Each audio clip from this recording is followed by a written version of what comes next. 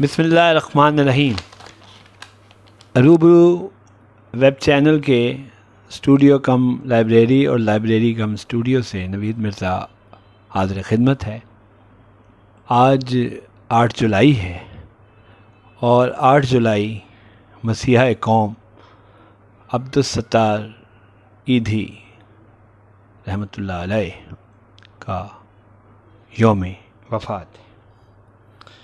اس حوالے سے روبرو ویب چینل اس عظیم ہستی کو خراج تحسین پیش کر رہا ہے، تو آئیے جناب عبدالستار ایدھی کا ایک تعارف جس میں ہم انہیں خراج تحسین پیش کر رہے ہیں آپ کے لیے پیش خدمت ہے۔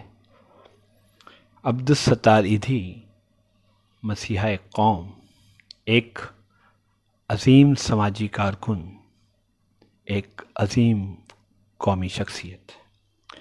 عبدالستار ایدھی ہمارے ملک کی جانی پہچانی اور معروف سماجی شخصیت رہے ہیں۔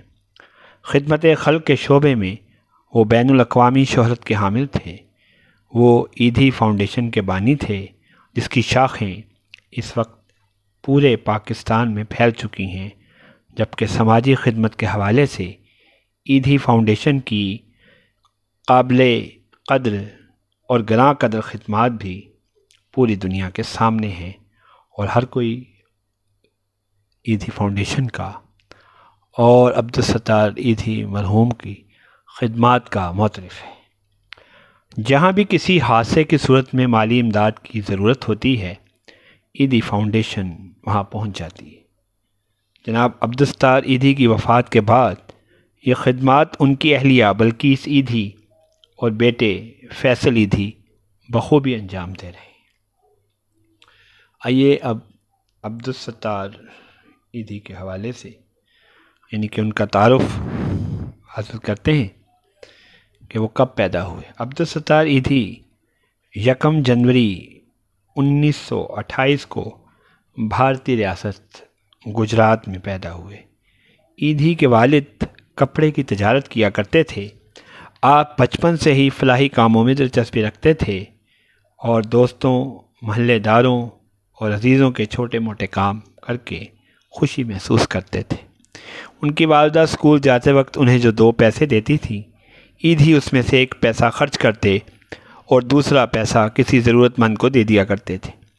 11 برس کی عمر میں انہوں نے اپنی بیمار والدہ کی بھی بہت دیکھ بھال کی، جو شوگر کی مریضہ تھے۔ یہیں سے ان کے اندر خدمت خلق کا جذبہ بیدار ہوا۔ ایدھی نے کم عمری میں دوسروں کی مدد کرنا شروع کی اور یہ جذبہ ان کی اگلی زندگی میں بہت کام آیا۔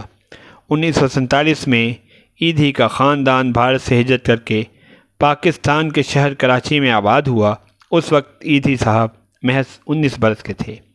1951 میں ایدھی صاحب نے ایک چھوٹی سی دکان خریدی اور ایک ڈاکٹر کی مدد سے ڈسپنسری کھولی، جہاں بنیادی طبی امداد باہم پہنچائی جاتی تھی۔ عبدالستار ایدھی کے اندر فلاحی کاموں کا جذبہ تھا۔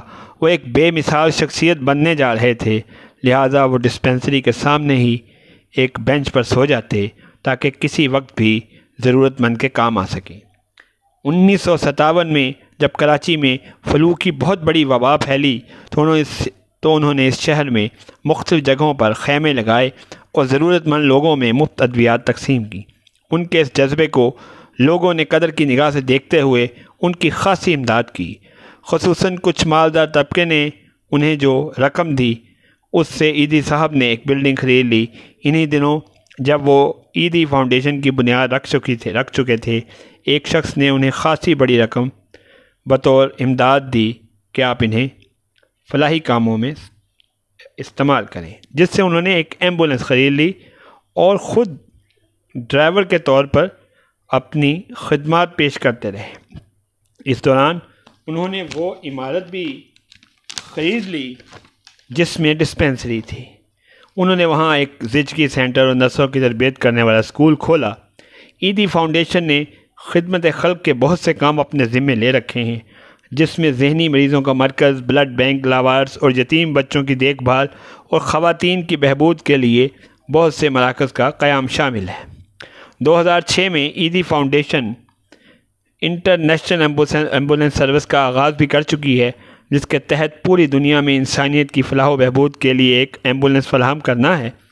اس حوالے سے انہیں یہ بھی ہدایت کی گئی ہے کہ اگر یہ ایمبولینس ناکارہ ہو جائے تو اسے بیچ کر ملنے والی رقم کو بھی خیراتی کاموں میں استعمال کیا جائے۔